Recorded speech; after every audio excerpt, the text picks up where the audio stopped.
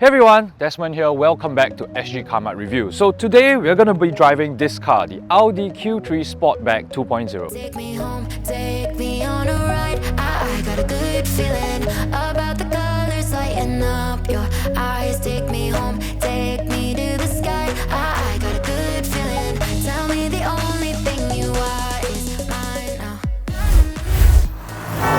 now. If you're thinking about selling your car, try Quotz.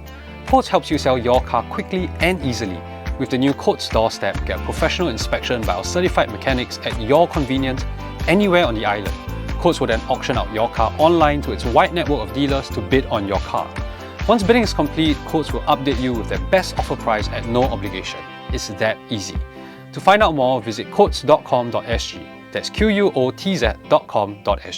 Now, back to our review. Now, the Audi Q3 range is technically not new. It was launched a couple of years ago. However, it has been facelifted and there are some changes underneath the skin. Design-wise though, it is still a very familiar looking car.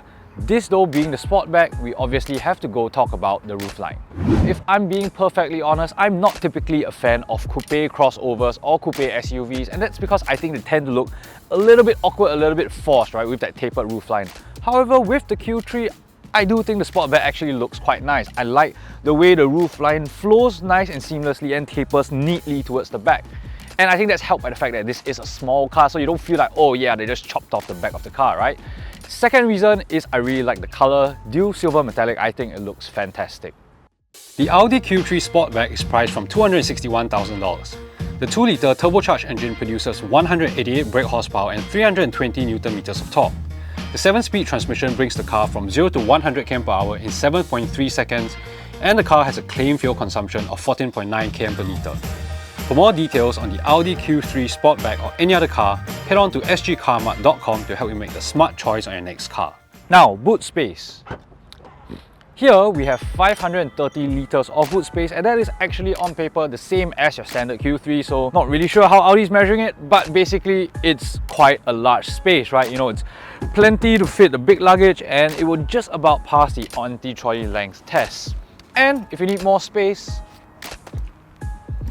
there's actually a little bit more space. So underneath here, as you can see, there is an additional little compartment, so for all your sort of stuff that you're always going to have in your car, right?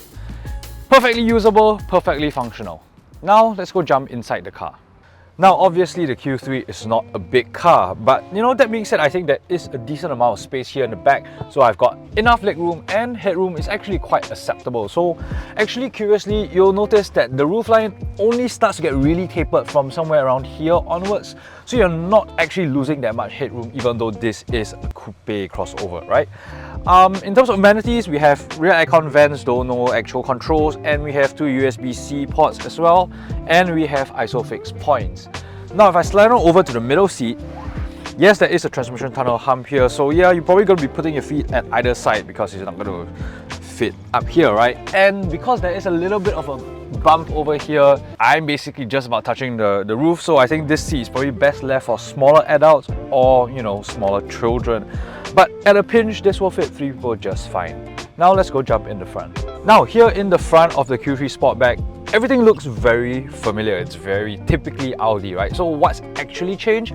Well, we've got ambient lighting now, and the navigation now integrates Google Maps, so you can actually see a map view, you can, you know, slide it around. And I think this is very useful for people who use navigation often, and that gives you that seamless pairing with your phone or whatsoever, right?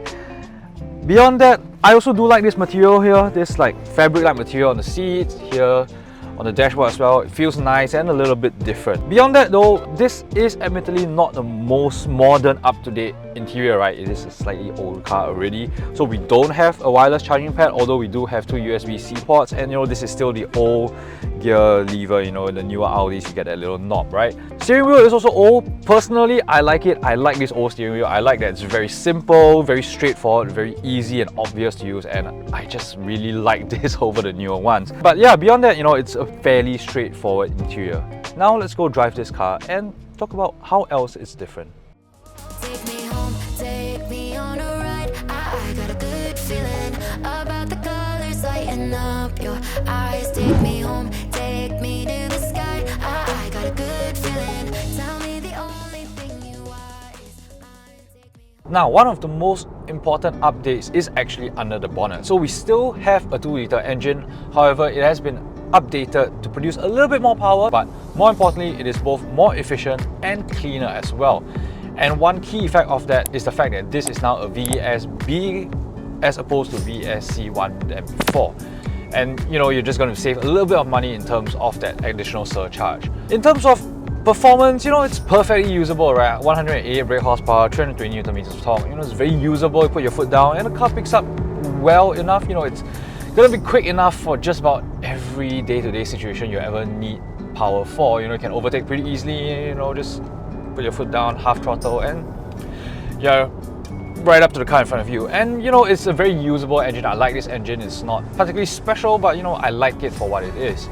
Now, in terms of comfort, it's actually quite a comfortable car, and one reason for that is the fact that this actually doesn't have the active sport suspension from before. So as standard, this comes with this more comfortable setup. And personally, I actually prefer it this way. I like how it rides a little bit more gently over bumps, and actually I also like how it feels in corners. So you know, when you actually turn in, the car leans a little bit here and there, and I actually find that quite nice. You know, with these coupe SUVs, coupe crossovers, while the coupe name might suggest that they are performance-oriented models, the reality is that more often than not, they're not really performance cars, right? They are stylish versions of SUVs. You know, if you wanted a small performance car, get a hatchback, you know, don't get an SUV. So I like how this doesn't feel like it's trying to be a sporty car that it's not really. It's just, you know, a car with a decent sized engine, nice plush suspension on normal roads, and it's just easy to drive. You know, steering's light. The car actually feels quite light, feels small, and I like it. Oh yes, one more thing I forgot to add. So if you're actually interested in this car, it's worth noting that there is also now a 1.5-litre mild hybrid version available.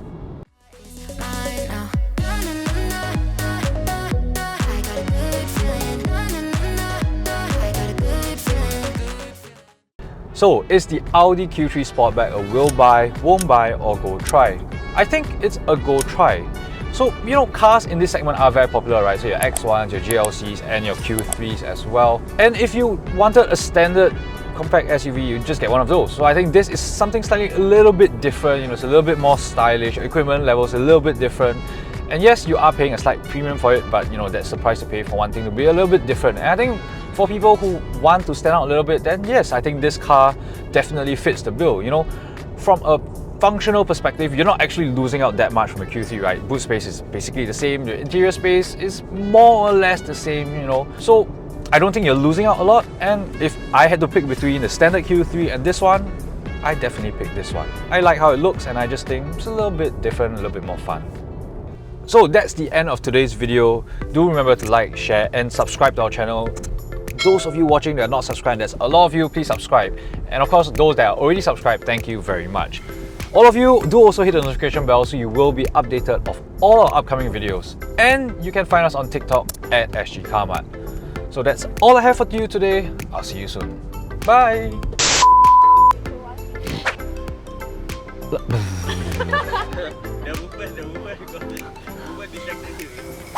Third, the 2-litre engine, and more efficient as well.